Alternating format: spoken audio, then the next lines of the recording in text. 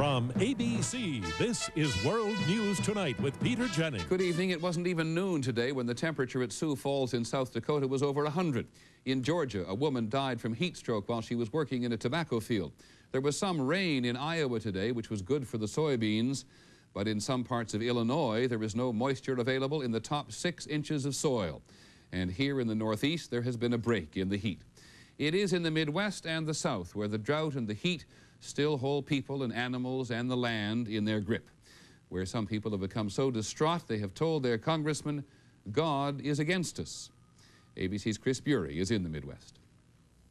Along the shrunken Ohio and Mississippi rivers, barge traffic finally got moving again today. This afternoon, the Army Corps of Engineers opened both rivers after dredging crews cleared the channels and freed hundreds of boats backed up and stranded by the lowest water levels ever recorded. We have been keeping up with the trouble spots very well up to this point, and we don't anticipate any major problems. The drought's impact is already showing up in grocery stores, but so far it's more of a jostle than a jolt. Prices are slightly higher for grain products like cereal, but meat and poultry prices are lower because so many animals are being sent to slaughter early. Overall, the Agriculture Department said today the drought would add only 1 or 2% to the cost of food over the next year, an extra $60 to $100 for an average family of 4. That could go up if shoppers aggravate demand by stocking up on food. I've been trying to load up so that it can avoid the increase in there. If consumers are concerned, many farmers remain desperate. Nearly 45% of the nation's counties now qualify for disaster relief, and today farmers flooded a new federal hotline with pleas for help. Last night in Sumner County, Iowa, residents tried another hotline, to heaven. They prayed for rain. This morning, they got some, but it was too little and too late to make a dent in the drought, and the Midwest forecast for next week, dry and hot, with temperatures again approaching 100 degrees. Chris Bury, ABC News, Chicago. Another indication of just how serious the drought has become, the Army Corps of Engineers announced it will start building a barrier at the lower end of the Mississippi River to keep salt water from flowing upriver and into drinking water supplies. Because the river level is so low, the lowest in 120 years, there is not enough water flowing out to keep the salt water from flowing in. It is already 7 miles farther upriver than usual.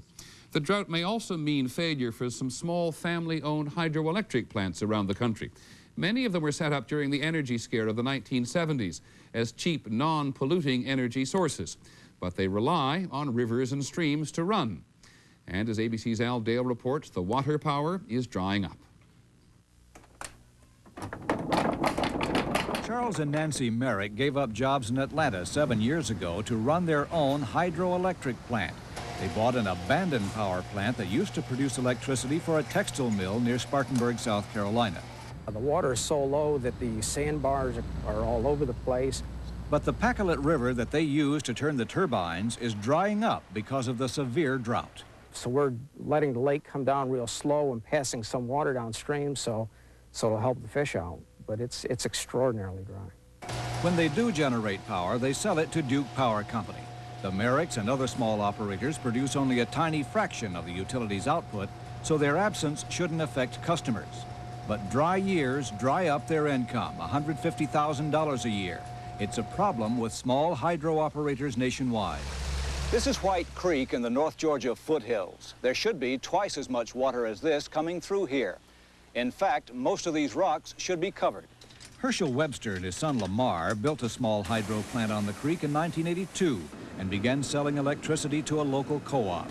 Things were fine, the plant producing 1 million kilowatt hours a year, bringing in $35,000 to $40,000 until the drought. It's cut us in half, and in May we run 13 days, and looks like we're going to run 10 days this month. And maybe no days the rest of the summer if there is no rain. But Webster is optimistic. The good Lord will watch after us. I believe we'll make it. Yeah. Al Dale, ABC News, near Cleveland, Georgia.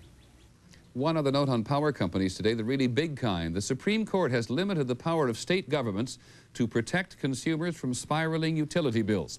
The court ruled the states have no right to stop utilities from passing along rate increases once they've been approved by federal regulators. In a moment, violence after prayers in the occupied West Bank. And later in the broadcast, reenacting the Battle of Gettysburg. And our person of the week. This is World News Tonight with Peter Jennings, brought to you by AT&T. In the Middle East today, the kind of violent confrontation between Israelis and Palestinians that can only lead to deeper resentment in the two communities.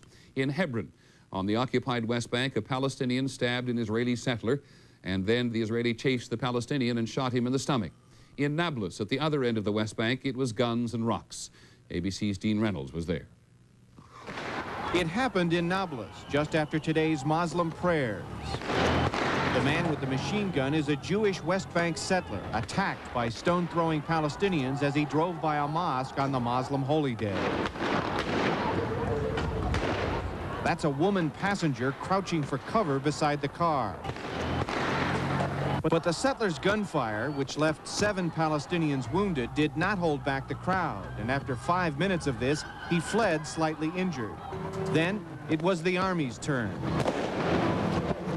Military commanders have recently said Palestinian resistance is weaker, but it was strong enough today for these soldiers.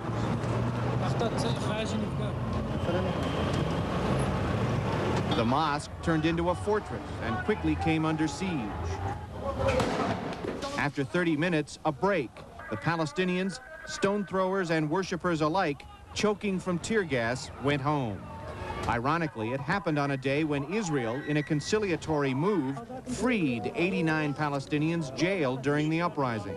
That goodwill gesture by the military was immediately denounced by many right-wing Israelis who believe it will just encourage further violence. And there was further violence elsewhere. This settler was stabbed today by a Palestinian. They should wipe out every Arab.